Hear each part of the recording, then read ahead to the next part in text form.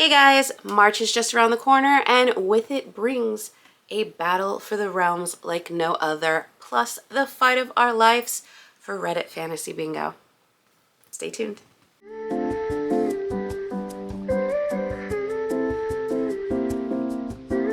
Hey guys, if you are new here, welcome to the Book Path. I'm Nicole, and if this isn't your first rodeo, thanks for sticking around. So March is just around the corner, like within days, a day or two, whatever, pending when this gets edited. It should be up soon. And yeah, just like I said, we are in some battling. We're going to be doing some battling. We have quite a few things to get done. Stuff that just is piled up. Let's go ahead and get into what the heck I'm talking about. So for March, we are getting ready to go back to our realms for Realmathon. Realmathon is a month-long readathon hosted by Cass over at Covers with Cassidy. And every year you've joined a team in a realm with different purposes. And this year we are all, the realm has come and done, and we now all have to join a team D&D style in order to take on the Crucible. There will only be one winner, one set to rule and govern, and the battle is going to begin. So basically, you are allowed to choose different teams. They have the clerics, which are basically your D&D style healers. You have the mages, which are your kind of magical powers. You have your paladins, which are your warriors, and you have your rogues, which is like your stealthy assassin types. So all of these are kind of based a little bit on your D&D or fantasy style RPG type characters that you're going to play as. And basically how it works is you join one of these teams and you can read whatever you want for the month. And then based on what you've read, there will be a list of prompts. Let me see if I can find it. There will be lists of prompts to either defend your team or attack other teams, and you get certain points based on what prompts those books fulfill.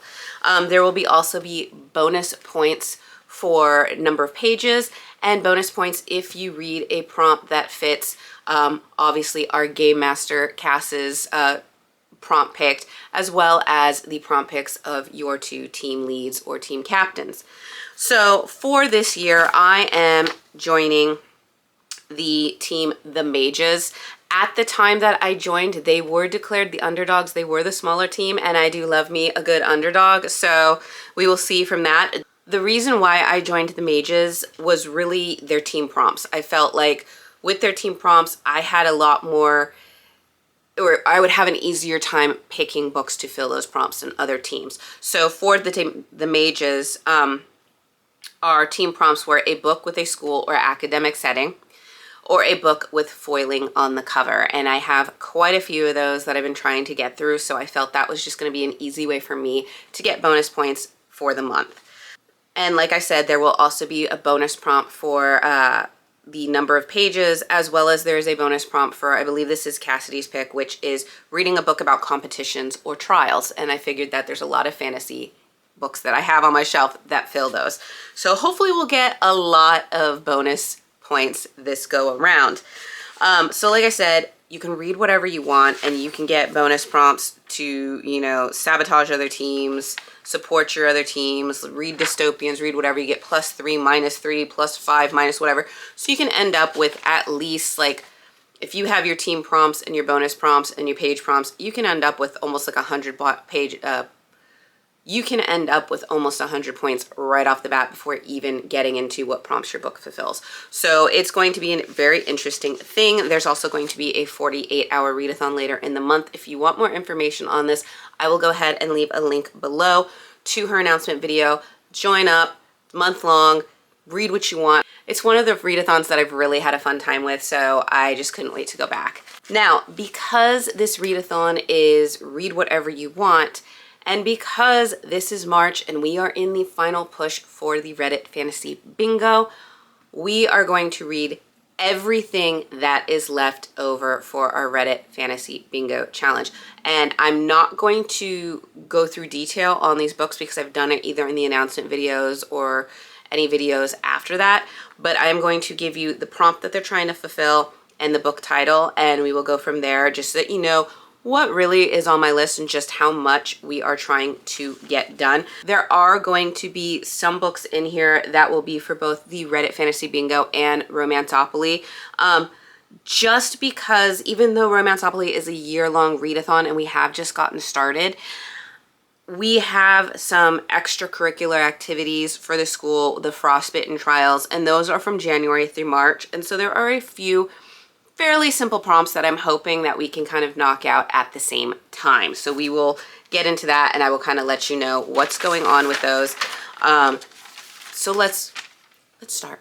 So first up for Reddit Fantasy Bingo, I'm gonna go ahead and like I said, just let you know what prompts we still have and what books we're gonna do to get into it. It's gonna go quick because otherwise we will be here all day. And as much as I love that, So without further ado, number one, we have Knights and Paladins, a book that has knights or paladins in it, and we are going with The Knight and the Moth by Rachel Gillig. Obviously, I've heard wonderful things about it. This is still sitting on my shelf. Plus, it has some foiling on the cover right here. I don't know if it's picking up on the video, but we should get some bonus points for this for the Realmathon as well. So next up, we have Published in the 80s, and we have The Gunslinger by Stephen King. This is book one in the Dark Tower series. I have not watched the show. This is a little bit more Western-y than I really want to. I mean, I like my Western romances. I am getting into those, but Western in general, I don't know. We will see, but my husband loves this, so we're going to go ahead and do it. Hopefully, because it's short, we can get through it quickly, but that is our Published in the 80s pick.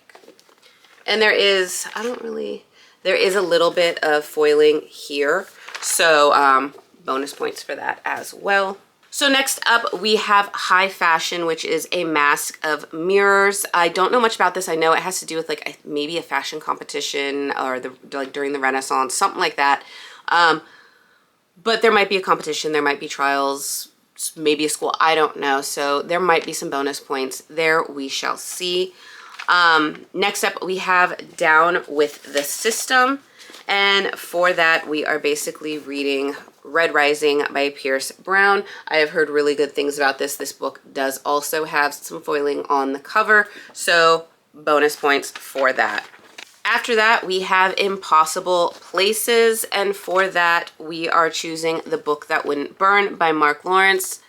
Heard good things about it. It's supposed to be like a library that shouldn't exist or something like that. I'm not sure, but it does fit the Impossible Places category, so we are going to go ahead and try to get that done.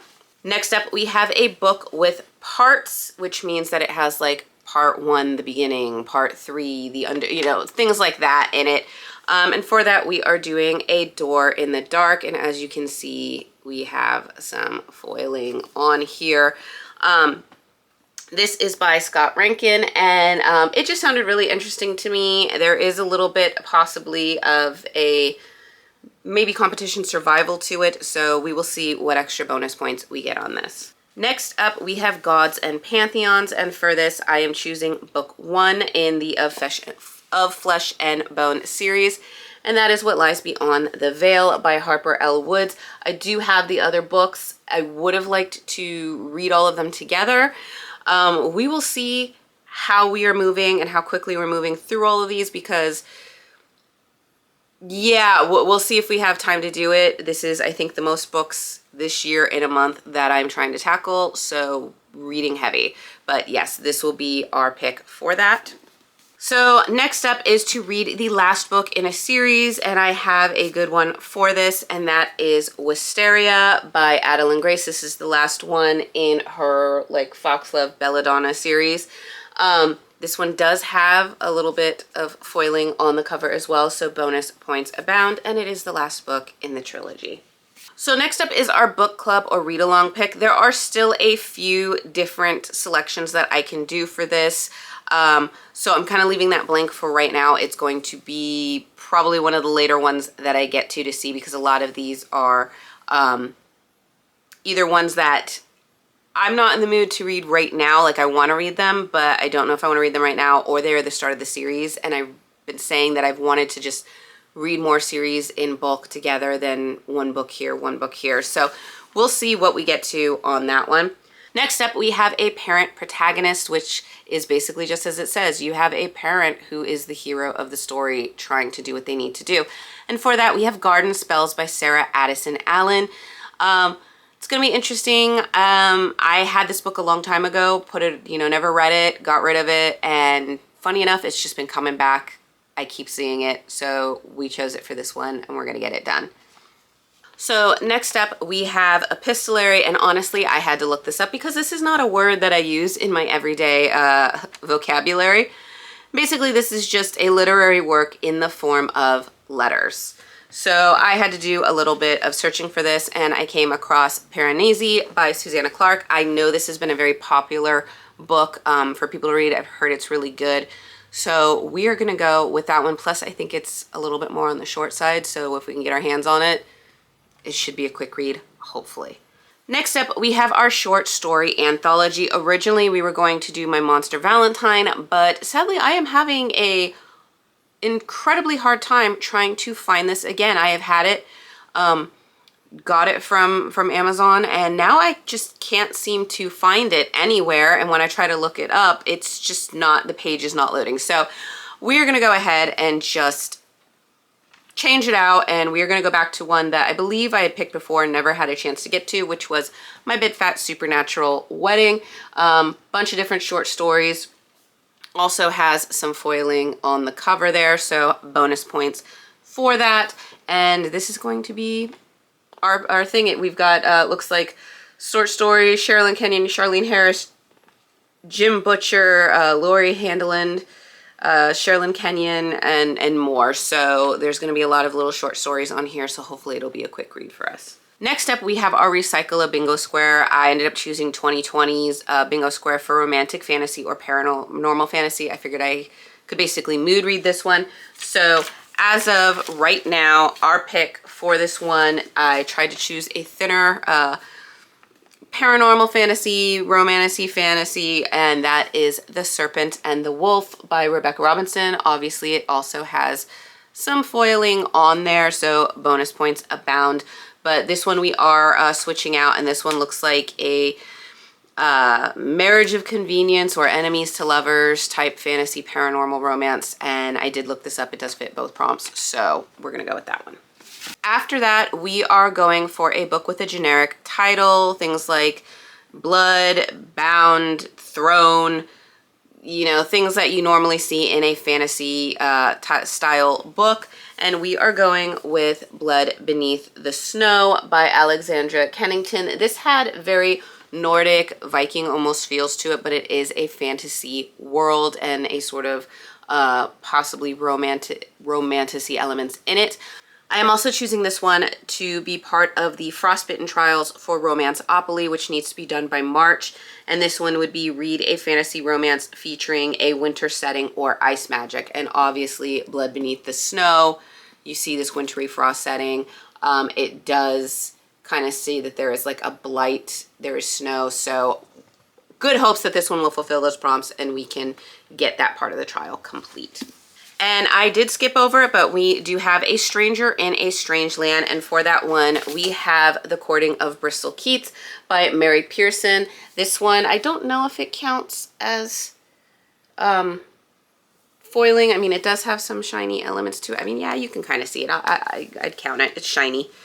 But this one is going to fulfill our prompt for A Stranger in a Strange Land because she does cross over into a different kind of world at some point in this, or at least so I'm told. So that is going to be what we do for that one. And then for our last pick, we have Pirates. And I am keeping this one with On These Black Sands by Vanessa Razanen. I've heard good things about this. I've had this sitting on my Kindle for a while, so I really want to get to this one and have that. But as you can see, we've got 3, 4, 5, 6, 7, 8, 9, 10, 11, 12, 13. We have at least like 13 books that we need to get to. Possibly maybe a few more pending how our other trials go, because we also have, if I can get through the Blood Beneath the Snow, that will have completed us for the Winter Olympics League for Romanceopoly. But I would still need the Bloodsport Rugby Leagues, which is to read a dark or paranormal romance consisting of possessive alphas, morally gray, blood pacts, dangerous love interests. So if none of these ones that I have announced fit that, I do have a few others I can pull from to get that done, as well as the Velvet Blitz Challenge part is read a dark romance, psychological thrillers with romance, villain main characters, or mafia assassin love stories. Once again, if nothing fits over here, I do have a few other topics or other books that I can pull for that prompt, as all of those do need to be done by March. So I didn't want it to be this book heavy, but alas, my lack of reading in January and February have brought me to this point. So I only have myself to blame. So we will be juggling some things around. We will be trying to do as much as we can.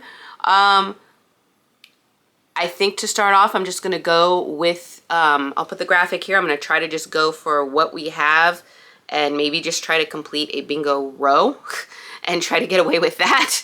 And we shall see. I do think I might have some arcs as well. I don't know yet, but those wouldn't be appearing until I think later in the month anyway. So yeah, I guess challenges accepted this month. We're going to battle it up. We are going to conquer Reddit Fantasy Bingo, hopefully, and get some of our extracurricular activities and events done for Romanceopoly. So it's going to be reading heavy month and chaos. And you know what? We're here for it. So let me know if you guys are participating in any of these readathons. Let me know how things are going for you. Maybe you did Reddit Fantasy Bingo and you're already done, in which case, bravo. I am lagging. But, you know, hopefully things are going well for you. Hopefully spring is upon you. If you are like me, start taking your allergy medicine sooner rather than later so that it kicks in when the pollen happens, because here our roads become green with pollen. There are clouds in the sky that are green. It is absolutely horrendous and it is a nightmare, but as long as I have my allergy medicines on me, I will be fine. But stay tuned for maybe a few bloodshot eyes, things like that, sniffles, noses, whatever. But we'll get through it, and I'm just happy that the warmer weather is coming as well. So stay tuned to see how March goes. I hope it goes well for you. Stay well, stay hydrated. Hopefully everything is just happy vibes coming your way, and I will see you guys in the next video.